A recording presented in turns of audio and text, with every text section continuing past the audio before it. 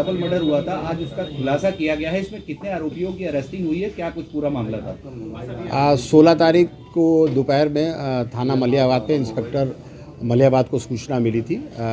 वहाँ के ग्राम प्रधान, ईसापुर के ग्राम प्रधान ने सूचना दी कि यहाँ पर रहने वाली गीता नाम की एक महिला और उसकी एक बच्ची का कत्ल हो गया है। इस सूचना पर तत्काल इंस्पेक्टर मलियाबाद और एसीपी मलियाबाद और फॉरेंसिक की टीम और सभी अधिकारीगण वहाँ मौके पर पहुँचे। घटनास्थल का निरीक्षण किया गया। फॉरेंसिक टीम ने सारे साक्ष्य एकत्र किए और उस तत्काल उसमें शव को पंचायतनामा और पोस्टमार्टम के लिए भेजा गया और संबंधित धाराओं में इसमें मृतका के पिता की तरफ से मुकदमा लिखा गया। और इस चूँकि इसमें मामला डबल मर्डर का था, जैसे तत्काल इसमें 2 टीमें गठित की गई, जो एक एसीपी मलियाबाद और एसीपी बाजार खाला के नेतृत्व में दोनों टीमें लगाई गई और सर्विलांस की टीम जो डीसीपी वेस्ट की टीम है और जो लखनऊ की भी क्राइम टीम है, वो सभी लोग मिलकर इसमें लगे और 12 घंटे के अंदर ही इसका खुलासा किया गया।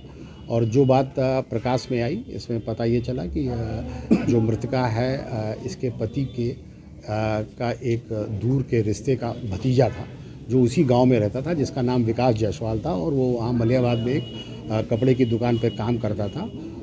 उसका लॉकडाउन से इस महिला से दोस्ती हो गई और इस दोस्ती के दौरान काफ़ी उसका घर पे आना जाना भी रहा, क्योंकि मृतका का पति जो है वो बम्बई में काम करते थे।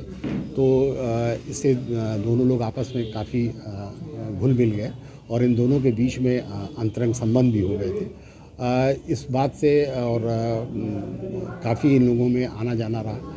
इसी बीच जो आरोपी है वो कुवैत भी गया था और वहाँ पैसा वैसा कमाने, उसके बाद वो लौट आया। उसका खुद का ये कहना है कि मैं इसी महिला के कहने पे आया और पिछले करीब 15-20 दिन से, इस घटना के 15-20 दिन से उसको ये महसूस हो रहा था कि ये महिला जो है मुझको इग्नोर कर रही है, मेरा फ़ोन नहीं उठा रही है, ना इससे मेरी कोई बातचीत हो रही है।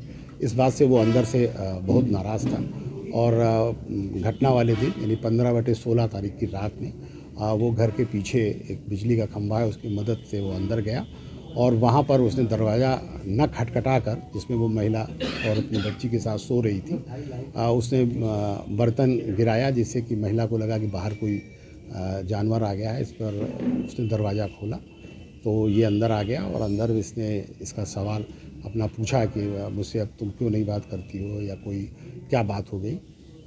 इस बात को महिला ने कोई उत्तर नहीं दिया। उन्होंने कहा कि तुम अपने घर जाओ और जो कुछ करना हो वहीं जाकर करो, यहाँ मत आओ।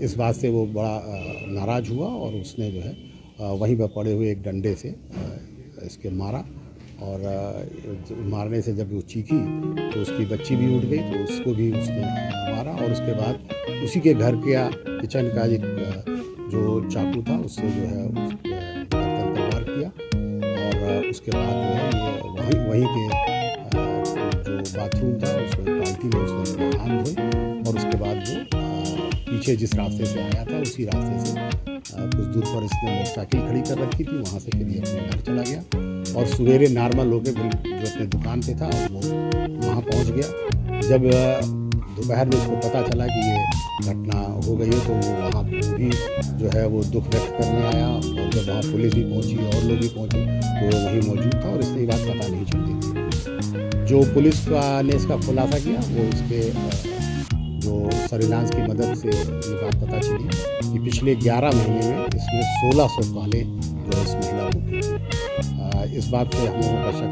थोड़ा सा पक्का हुआ कि जब हम लोगों ने पूछताछ की तब इसने अपनी सारी बातें बताई। सर, आरोपी के पास से क्या कुछ बरामद हुआ?